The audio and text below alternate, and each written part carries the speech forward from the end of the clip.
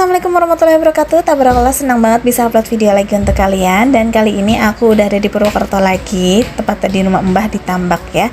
Dan ini pagi hari aku seperti biasa, kalau ada di rumah Mbah ada adik ipar aku, kita masaknya bareng-bareng lagi ya. Kemarin ini adik ipar aku lebaran kedua dia udah mudik ke Wonosari atau tepatnya di Gunung Kidul, di tempat suaminya tinggal atau ibunya gitu ya. Nah ini biasanya adik iparku kalau balik lagi setelah lebaran berapa hari, baru sekitaran 4 hari 5 hari lah di rumah Mbah sana, baru balik lagi ke rumah Mbah sini kayak gitu ya, bolak-balik namanya. Sama mudik jadi ya ganti-gantian gitu ya. Beda halnya dengan aku karena aku memang orang Cikarang asli, jadi ke pas mudik ya udah full sewaktunya tuh di rumah Mbah ya.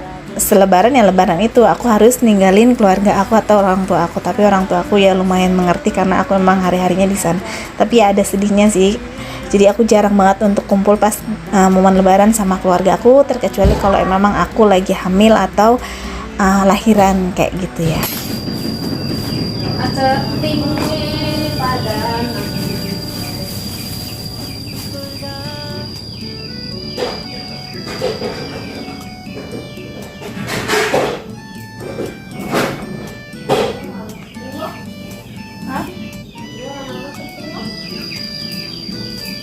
Ngayak dulu ya.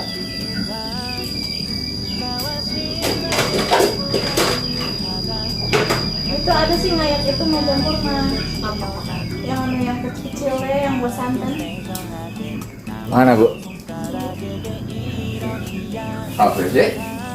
Apa lah? Yang dia. Tenang coba mama. Busuk pisit. Jadi pisit sekalingan apa murah.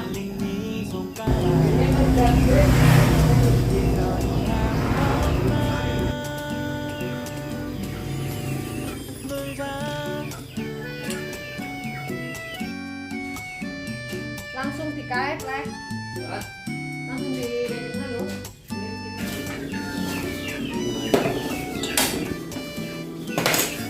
Apa Bang? Udah 1 menit baru digituin. Jamurnya apa nunggu asam ya Mbak? Apa gimana kemarinnya? Iya. Nah ini yang masak adik aku karena aku lagi ngurus-ngurus hal-hal yang lain, jadi itu kayak mondar-mandir gitu juga. Dan ini ya paling aku bantu-bantu. Ini aku mau buatin jamur lagi seperti yang di Jogja kemarin, anak-anak ketagihan dan kebetulan kemarin itu dibawain untuk jamurnya, jadi udah kita buatin. Nah ini Pak Asu juga bantu masak ya, dia nyangin sayur ketewel karena hari ini mau masak sayur ketewel. Dan itu direcokin sama 2 anabul, jadi yang satu mirip Ryu, yang satu mirip Nala, jadi ngobatin aku kangen sama kucing-kucing di rumah. Dan ternyata videonya pas ditinggal, ternyata adik ipar aku lagi ngevlog. Kita tuangin garam dulu ya guys, sama royconya ya. Royconya rasa ayam. Hah? Oh, ngevlog loh. Nah jadi seperti itu ya. Jadi aku tadi lagi keluar emang sengaja mau videoin untuk masakannya dia, tapi ternyata itu dia ngevlog sendiri.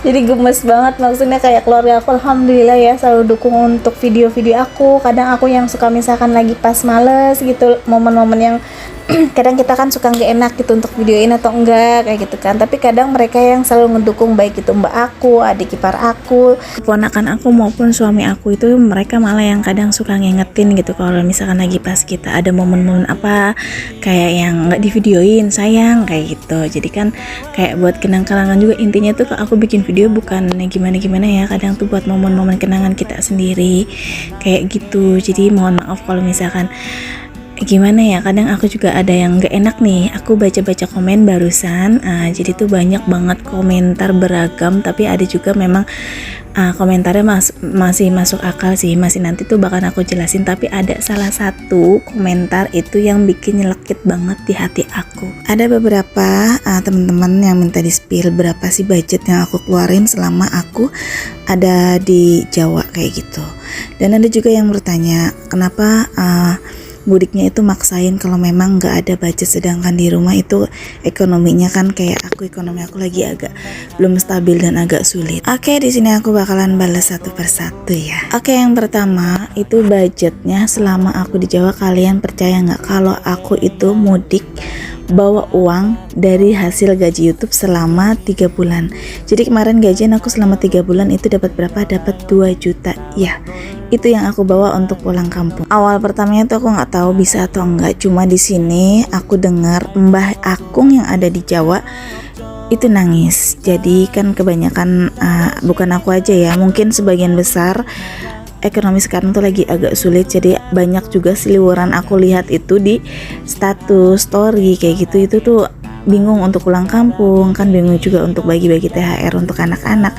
Jujur itu tuh blast banget, nggak ada di pikiran aku. Cuma di sini pas denger Mbah aku nangis kalau misalkan salah satu di antara kita nggak pulang, itu kayaknya bikin aku tuh sama suami aku kayak gimana gitu. Padahal suami aku juga nggak maksain. Suami aku juga niatnya tuh mau lebaran di Cikarang untuk tahun ini. Tapi pas setelah ngedenger itu, ya udah kita bismillah aja. Mudah-mudahan nanti ada rezeki di sananya. Nggak tahu gimana. Niat kita baik, niat kita itu ketemu orang tua. Ya udah kita jalan dulu aja. Ditambah itu tuh adik ipar aku alhamdulillah ya. Nah yang ini yang masak, dia tuh memang punya mobil, jadi dia nyemangati aku, ya udah Mbak pulang aja, pokoknya pulang dulu aja. Jadi H-4 atau 5 gitu kalau nggak salah, itu aku memutuskan untuk pulang.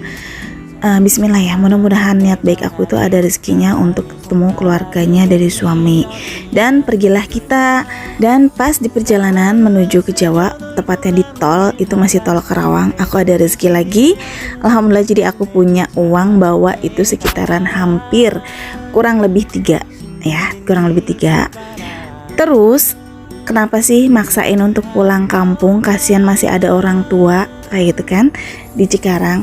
Sebelumnya aku udah izin sama orang tua, terus orang tua malah menyuruh aku, itu tuh namanya anaknya, dia sebagai orang tua juga, mak sama bapak, malah nyuruh aku tuh untuk pulang kampung temuin orang tua dari suami aku. Kasihan katanya, mumpung masih ada kalian nggak ketemu itu tiap hari seperti emak sama bapak, kalian cuma ketemu itu kalau ada event-event tertentu, paling banter ya, paling banyak itu 1 tahun 2 kali.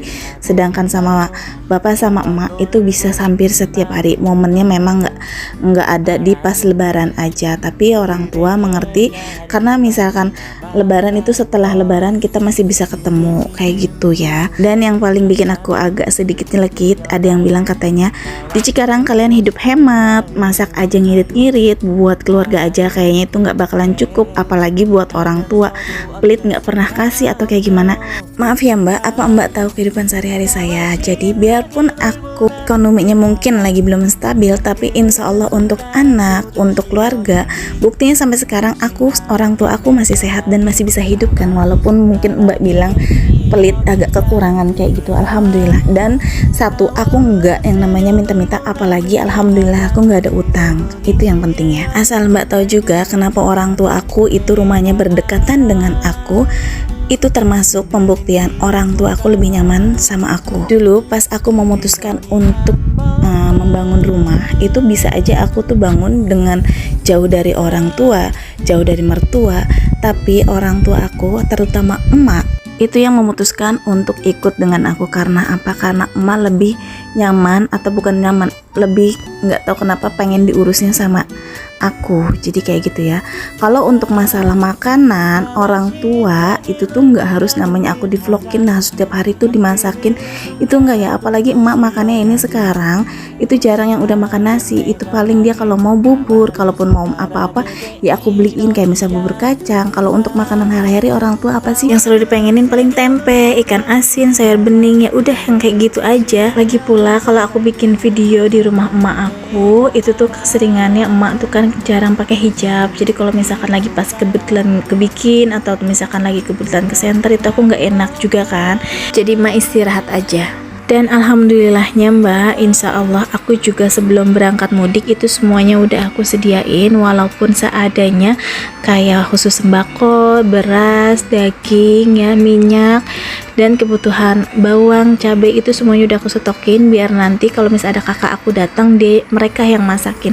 Ya walaupun mak juga masih bisa masak tapi setidaknya dibantu sama kakak. Dan untuk uang juga udah aku sisihin untuk orang tua. Jadi sebelum berangkat semuanya udah aku kasih, barulah aku bakalan tenang untuk ninggalin mereka. Jadi seperti itu. Nggak ada yang aku pulangnya pulang aja terus aku ninggalin orang tua makan apa ya. Itu tuh enggak, itu malah sebelum mbak berpikir aku udah kepikiran duluan loh mbak, apalagi tuh orang tua aku sendiri. Jadi biarpun ekonomi aku sulit, kayak gimana kurang stabil, orang tua itu kebutuhannya nomor satu menurut aku. Makanya itu aku tuh kayak kerja keras DO sana, terus ngawin wifi, terus juga aku bikin konten, itu tuh semua aku tuh lakuin juga untuk keluarga aku, termasuk juga orang tua. Makanya aku maaf ya, jarang unboxing, jarang untuk makeover karena uangnya itu aku kan udah sering bilang di vlog-vlog, ada kebutuhan yang lebih penting ketimbang yang aku inginin. Jadi aku kesampingkan dulu kebutuhan-kebutuhan aku yang aku pengenin. Contohnya salah satunya itu jadi orang tua, anak aku kayak gitu kan, untuk sekolah ya seperti itu uangnya. Makanya tuh aku jarang yang beli-beli paket, beli-beli unboxing yang untuk makeover, itu jarang. Salah satunya itu udah terjawab ya. Jadi jangan asal ngejas ya mbak, apalagi menyangkut orang tua.